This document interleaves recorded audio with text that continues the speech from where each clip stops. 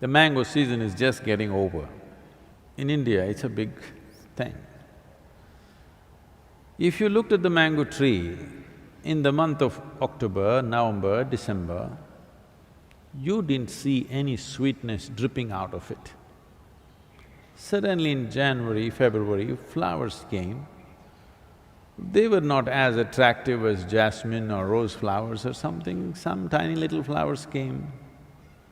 Suppose you do not know this is a mango tree and you tasted it, you take a leaf and bite it, it was quite bitter. But suddenly in the month of April, May, huge drops of sweetness hanging there in the tree. So, if you did not have prior knowledge that this is a mango tree, did you think this tree is actually manufacturing this sweetness?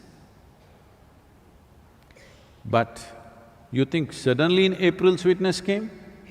It has been slowly manufacturing this sweetness and it put it out at a certain season, but it's been on right through the year, isn't it? Mangoes happen only in one season. You notice the sweetness only at a certain time. This does not mean the mango tree was not striving and working to produce that sweetness. You cut any part of the mango tree and taste it, you will not find a slightest tinge of sweetness, believe me. But when the mango comes, how much sweetness? Where is it coming from? It's been working on it, you couldn't see it. Similarly, is it a process? For sure it's a process. But can everybody see the process, identify the process? No. When somebody is evolving on the spiritual path, others thought he's a nutcase. Somebody thought he's vagrant, somebody thought he's a vagabond, somebody thought he's something else. But when the sweetness came, everybody who tasted realized that this is a fantastic thing. So, nothing in the universe happens bang, bang, bang. Everything is a process. Can you identify the process? Can you recognize the process, is the question. Generally, anybody who carries, generally among human beings, when they're children, any child which carries a certain level of genius within him, which is irrepressible. Everybody has genius within them, but they're repressible. Systems in the society, their own fears, their own anxieties, their own need for security represses their genius. Every human being has some kind of genius, but over 90% of the human beings never find expression to it because they give in to other things. Other things become more important. When you were 12, 15, you thought, I'll do this, I'll do that, I'll go to the moon. But you saw the neighborhood girl and started calling her the moon. Moon disappeared. So, like this, in everybody, the possibility is wide open. The thing is, can you sustain the process and allow it to become that possibility? Between possibility and reality, there is a distance.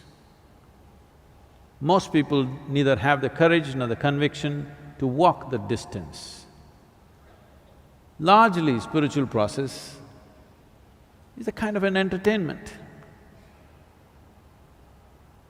Go to discourse after discourse, discourse after discourse, read more and more books and debate how your Atman, Paramatman, your soul is floating here, there, and about heaven and hell and everything, but do nothing about this.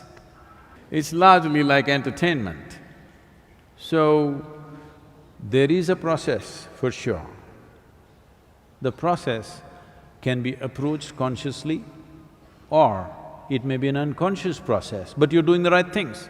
This is the beauty of this universe.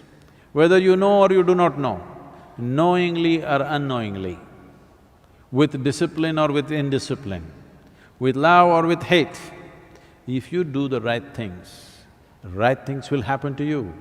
That is the beauty of this universe.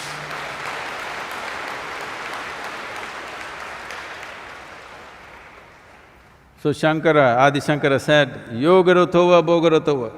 Somehow, either through yoga or bhoga, somehow do it. Somehow find the truth of your inner nature, because what we are considering as truth is simply this.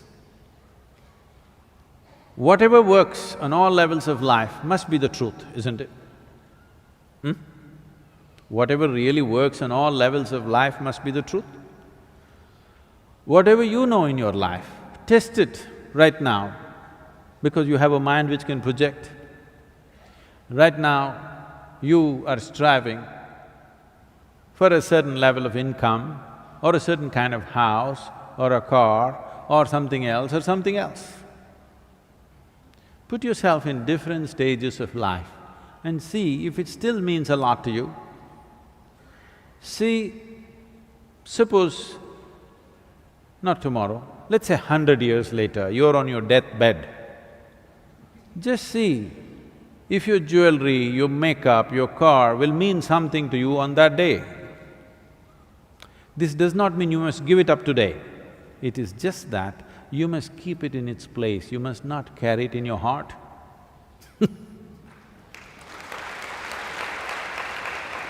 There is a difference between using something and being used by something.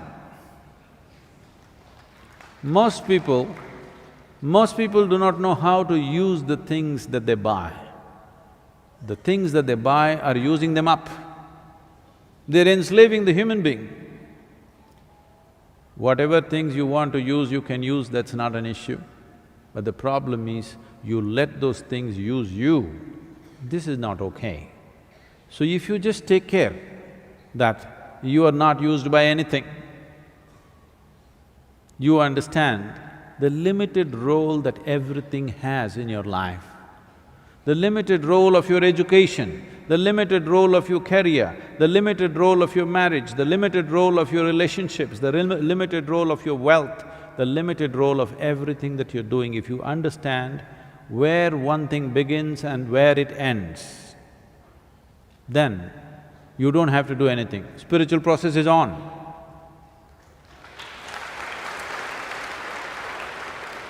When the season is right, the flowers will bloom and mangoes will come.